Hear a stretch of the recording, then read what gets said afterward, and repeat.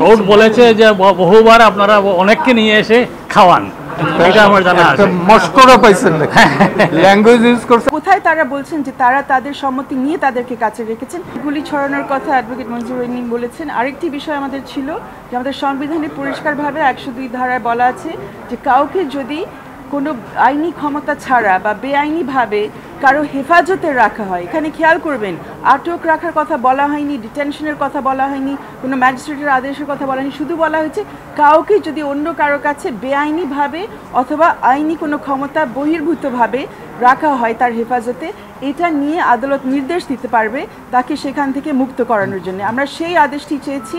এখানে ডিবির থেকে আমরা শুনেছি বারবার বিভিন্ন জায়গায় টেলিভিশনের পর্দায় আমাদের পত্রপত্রিকার মাধ্যমে তাদের পরিষ্কার স্টেটমেন্ট যে ওনাদের হেফাজতে এই 6 জন ছাত্র আছেন। তারা বারবার বলেছেন, সবার কাছে স্বীকার করেছেন, তাদের সাথে তারা খাওয়া দাওয়া করছেন, এটাও দেখিয়েছেন।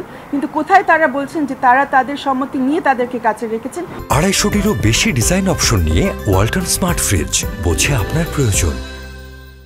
এই কথাগুলো আমরা পাচ্ছি না। তাদের পরিবার তাদের সাথে দেখা করতে চেষ্টা করেছে, তাদের শিক্ষকগণ তাদের সাথে দেখা করতে চেষ্টা করেছেন, তাদের কাউকে দেখা করতে দেওয়া হয়নি। ডিবির একজন অফিসার সেখানে বের হয়ে বলেছেন যে তারা দেখা করতে পারবেন না। তো তারা যদি ওখানে স্বেচ্ছায় যায়, তাদেরকে যদি আটক না রাখা হচ্ছে, তাহলে কেন কারোর সাথে তাদেরকে কথা বলতে দেওয়া হচ্ছে না, তাদেরকে কারোর সাথে দেখা করতে দেওয়া হচ্ছে না, আর তারা নিজেদের মতো কেন এই মুহূর্তে চলাফেরা করতে পারছে না? আমরা এই বিষয়টা কোর্টের সামনে তুলেছি। আমরা আশা করছি কোর্ট এই ব্যাপারে সঠিক জবাব দেবে এবং এটা আপনাদের সকলের জানা উচিত, বিশেষ করে যারা আপনারা নতুন প্রজন্মের। এই ধরনের আদেশ আমাদের এই আদালত শত শত কেন হাজার হাজার বার দিয়েছে। মিলিটারি সামরিক শাসনের আমলে দিয়েছে, জরুরি অবস্থার মধ্যে কিছু কিছু দিয়েছে, কিন্তু সামরিক শাসন আমলে অনেক দিয়েছে। সেখানে আজকে আমরা যেরকম রাষ্ট্রপক্ষ থেকে কাছে যেসব টেকনিক্যালিটি শুনেছি যে ডিটেনশন তাদেরকে করা হয়নি, ডিটেনশনের আদেশ এখানে নেই, কাগজপত্রের মধ্যে ভুলভাল আছে। যখন একজনের জীবনের অধিকার নিয়ে এখানে কথা হচ্ছে, যখন ব্যক্তি স্বাধীনতা নিয়ে কথা হচ্ছে, তখন টেকনিক্যালিটি দেখাতে হয় না, সংবিধান বুঝতে হয়, সংবিধানের মধ্যে কার কি দায়িত্ব রয়েছে সেটা বুঝতে হয়।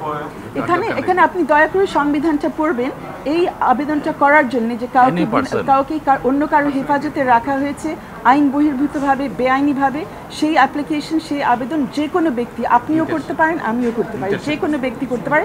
আর এখানে যারা এই আবেদন নিয়ে এসছেন তারা হচ্ছেন এই আদালতের 2 জন আইনজীবী, তারা যে কেউ এমনিতে না। আর পরিবার আসতেও পারেন এখন পর্যন্ত। এরা জরুরি ভিত্তিতে এদের জীবন রক্ষা করার জন্যে এবং তাদের ব্যক্তি স্বাধীনতা যেহেতু কেড়ে নেওয়া হয়েছে, তাদেরকে মুক্ত করার জন্য তারা জরুরি ভিত্তিতে এখানে এসেছে।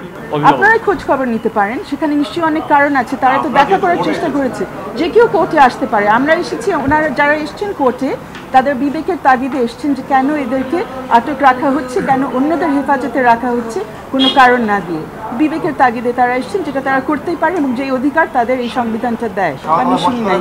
কোর্ট বলেছে যে বহুবার আপনারা অনেককে নিয়ে এসে খাওয়ান, এটা আমার জানা আছে। মস্করা পাইছেন না, ল্যাঙ্গুয়েজ ইউজ করছে।